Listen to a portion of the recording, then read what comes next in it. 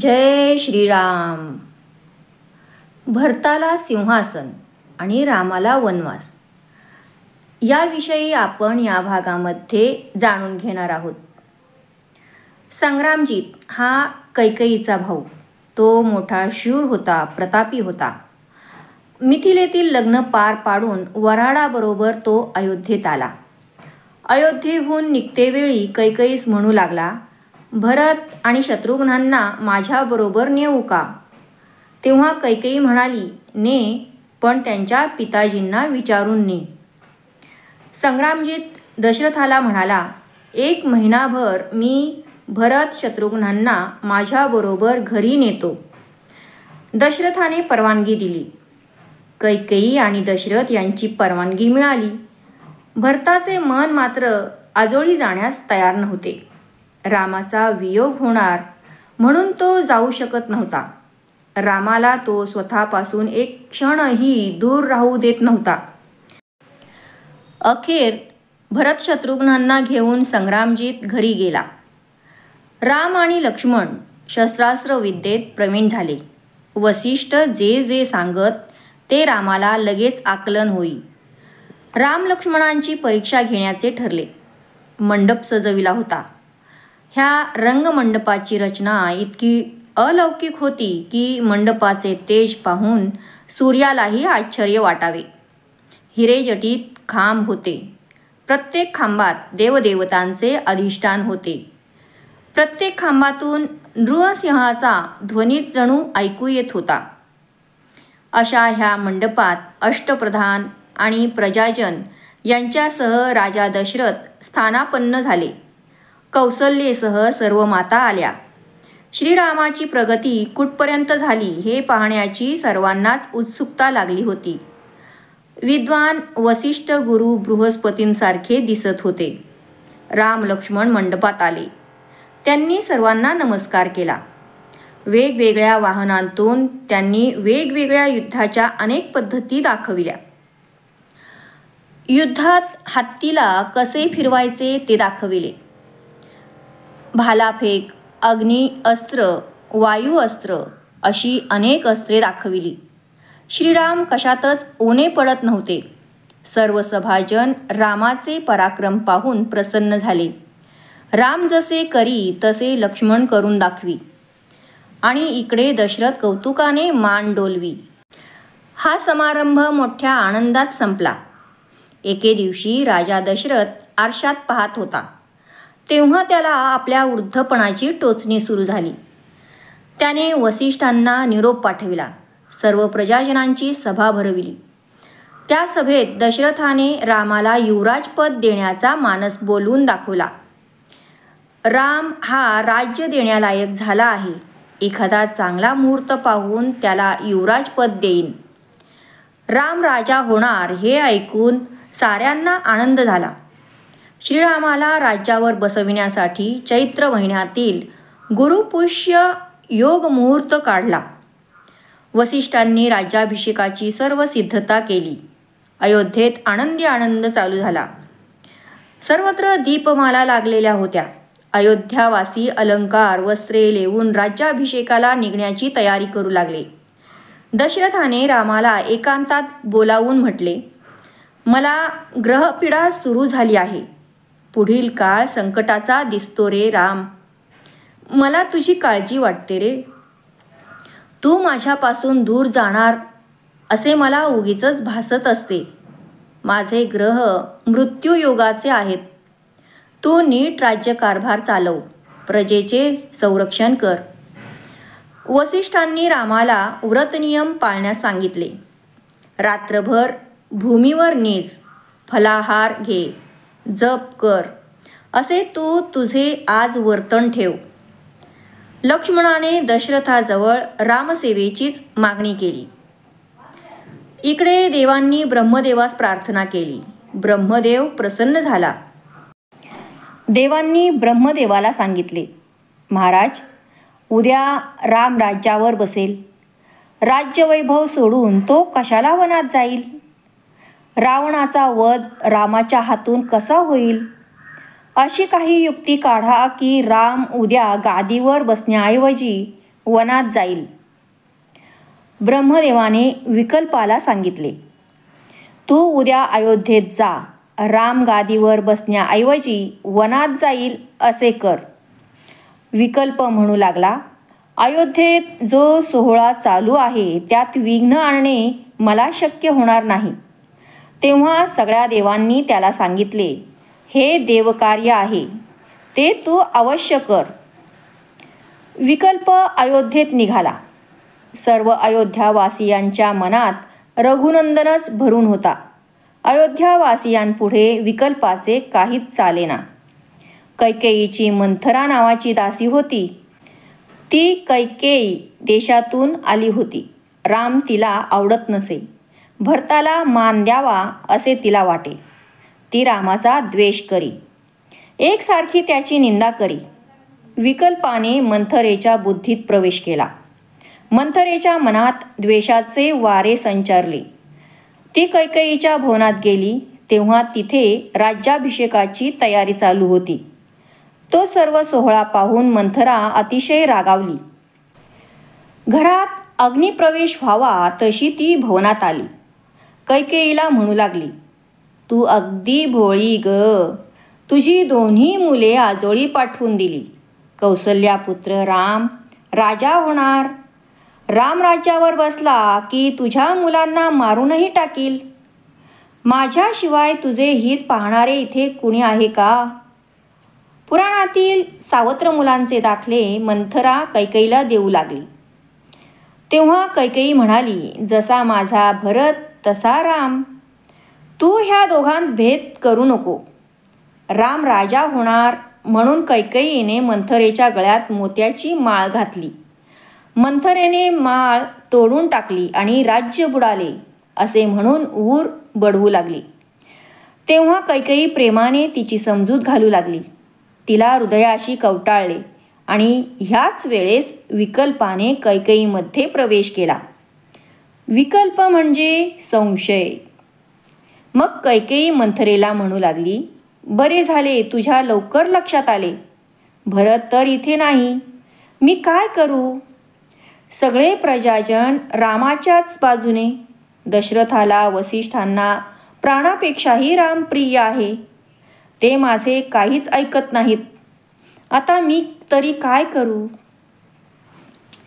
मंथरेने कैकेयीला सांगितले, अगं मी तुला युक्ती सांगते. देवदानवांच्या युद्धाच्या वेळेस दशरथांनी तुला 2 वर दिलेत, ते माग. एका वराने भरत गादीवर बसेल आणि दुसऱ्या वराने रामाला 14 वर्षे वनवास माग. 14 वर्षात तुझा मुलगा 14 भुवने जिंकील. रामासह लक्ष्मण वनात जाईल. वनात भयंकर राक्षस राम लक्ष्मणांना खाऊन टाकतील. म्हणजे भरताचे राज्य निष्कंटक होईल. राम वनात जायला निघाला की दशरथाचे प्राण जातील. पुढे राज्य तुझाच मुलगा करील. मंथरेचे हे बोलणे कैकेयीने उचलून धरले. कैकेयीने मंथरेचा शब्द न शब्द आत्मसात केला. रामाबद्दलचे जे चांगले विचार कैकेयीच्या मनात होते ते नष्ट करण्यात विकल्प यशस्वी झाला. मंगळसूत्रासह सर्व अलंकार तिने काढून टाकले. केस मोकळे सोडले. रागाने ती भूमीवर झोपून गेली. दशरथ राजाला तिची आठवण आली. त्याला वाटत होते कैकेयीला रामराज्याभिषेकाची सर्व माहिती सांगितल्यावर ती आनंदित होईल. पण येऊन पाहतो तर सदनात कैकेयी नाही. त्याने मंथरेला विचारले, महाराणी कोठे आहे? तेव्हा ती दुष्ट मंथरा म्हणाली, महाराणी रागाने झोपली आहे. तिच्या मनात काय आहे ते आम्हाला कसं कळणार? राजा कैकेयीला प्रेमाने विचारू लागला, हे प्रिये, तुझ्या मनात काय आहे? तेव्हा कैकेयीने दशरथाला दूर लोटून दिले. ती म्हणू लागली, मी तुमचे सगळे कपट कारस्थान ओळखले. तेव्हा राजाने तिचे चरण धरून म्हटले, मी तुला शरण आलो आहे. मी राज्यावर रामाला बसविणार आहे, तरी तू त्यात विघ्न आणू नकोस. मी असताना तू मंगळसूत्र तोडून जमिनीवर टाकलेस. दशरथ कैकेयीच्या मोहात अडकला. कैकेयीला म्हणू लागला, तू जे मागशील ते देईन. मंथरेने कैकेयीला खूण केली. निश्चयापासून ढळू नकोस. कैकेयी म्हणाली, मला देवदानवांच्या युद्धाच्या वेळी तुम्ही 2 वर दिले आहेत. वर माग, वर माग असे नेहमीच म्हणता, देत मात्र कधीच नाही. राजा म्हणाला, त्या वरांसाठी का तुझा एवढा हट्ट आहे? खुशाल माग. आज मी खूप खुशीत आहे. 2 नाही 4 वर माग.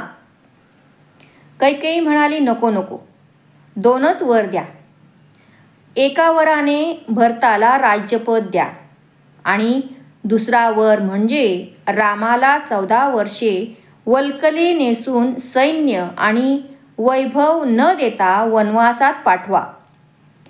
दशरथाच्या मनात कैकेयीबद्दल मोह, कैकेयीच्या मनात रामाबद्दल क्रोध, मंथरेला गादीचा लोभ. मोह, लोभ, क्रोध ह्यांनी एकाच घरात ठाण मांडल्यावर तिथे रामराज्य येणे शक्य आहे का? कैकेयीची ही विचित्र मागणी ऐकून दशरथाभोवती महाल फिरू लागला.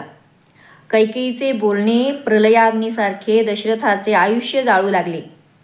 दशरथ कैकेयीला पुन्हा पुन्हा म्हणू लागला, तू जे जे मागशील ते मी पुरवीन, पण रामासारखा मुलगा तू वनात पाठवू नकोस.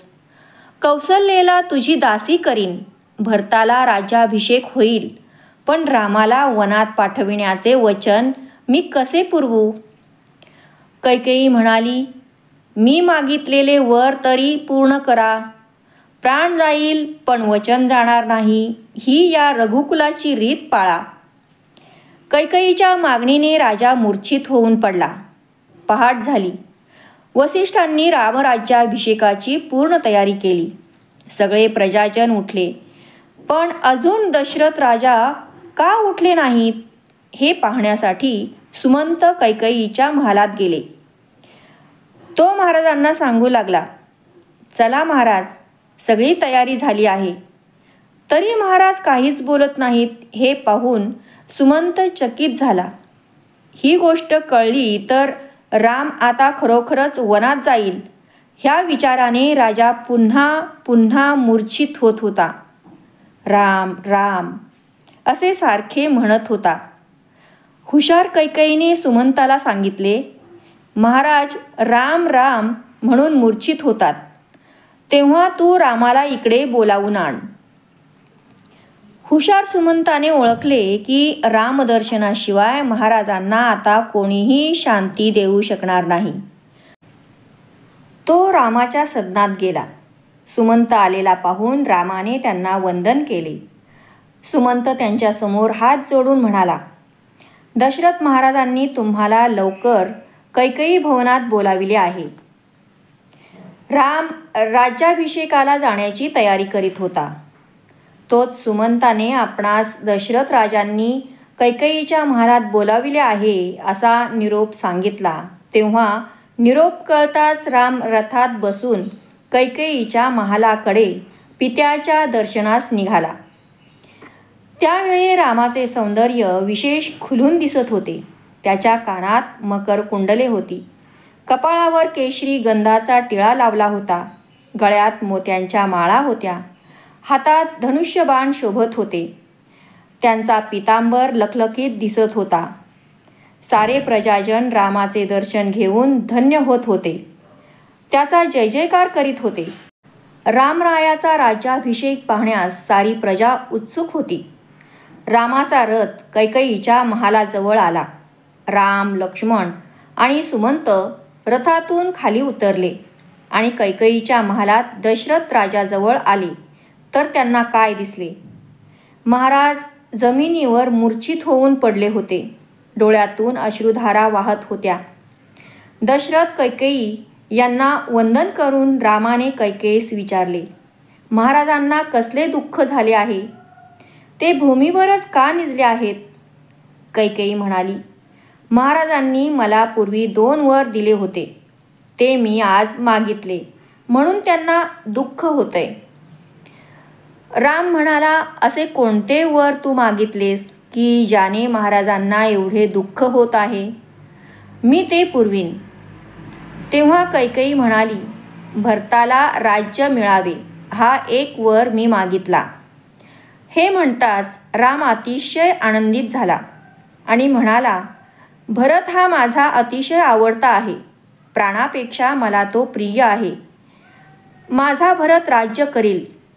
दुसरा कोणता वर मागितलास? कैकेयी म्हणाली, तापस वेश घेऊन रामा तू 14 वर्षे वनात जावे. राम म्हणाला, ही पण मातृ आज्ञा म्हणून मी ती अवश्य पाळीन. मी तुमच्यासाठी राज्यत्यागच काय पण प्राणत्यागही करीन. आई, आजपासून हा राम वनवासी झाला आहे. कैकेयीच्या ह्या मागणीने लक्ष्मण अत्यंत क्रोधायमान झाला. तो म्हणाला, रामाशिवाय सिंहासनावर कोण बसतो ते मी पाहतो. रामा, तू समर्थ आहेस. कसला वर आणि कसले काय? कैकेयीला राज्य हवे आहे. तूच राज्यपदी बैस.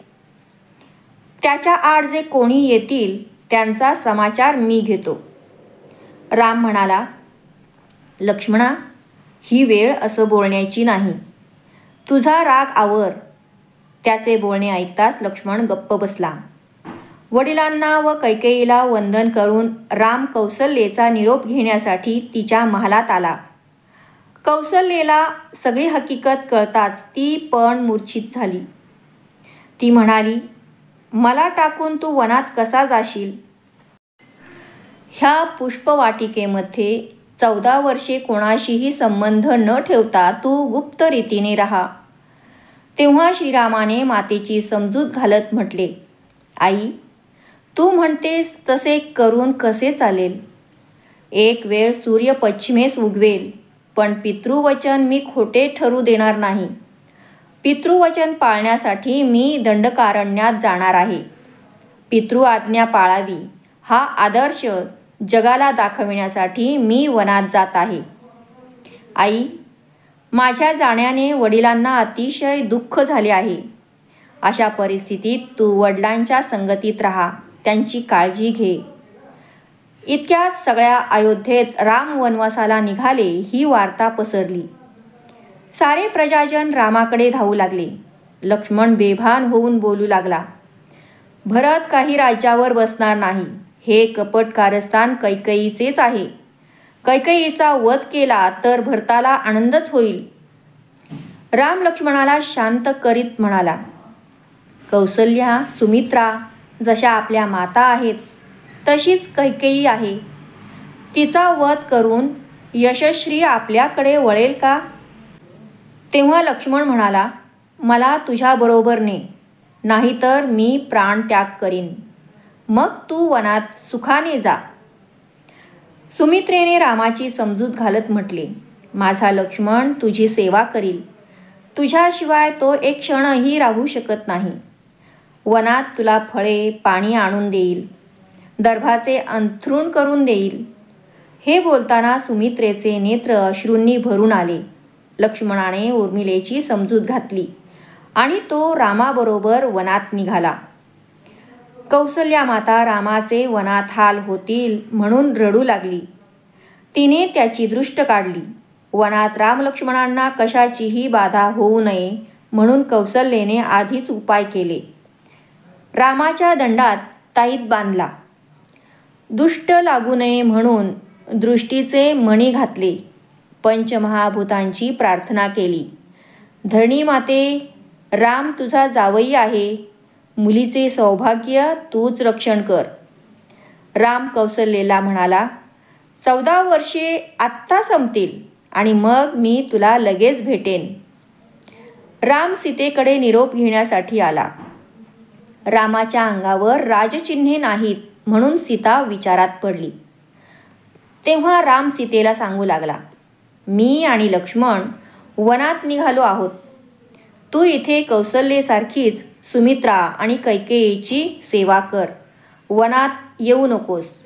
तू वनात आलीस तर तुला अनेक संकटांना तोंड द्यावे लागेल. तेव्हा सीता म्हणाली, मला येथे ठेवून तुम्ही जाऊ नका. तसेच कराल तर माझे प्राण जातील.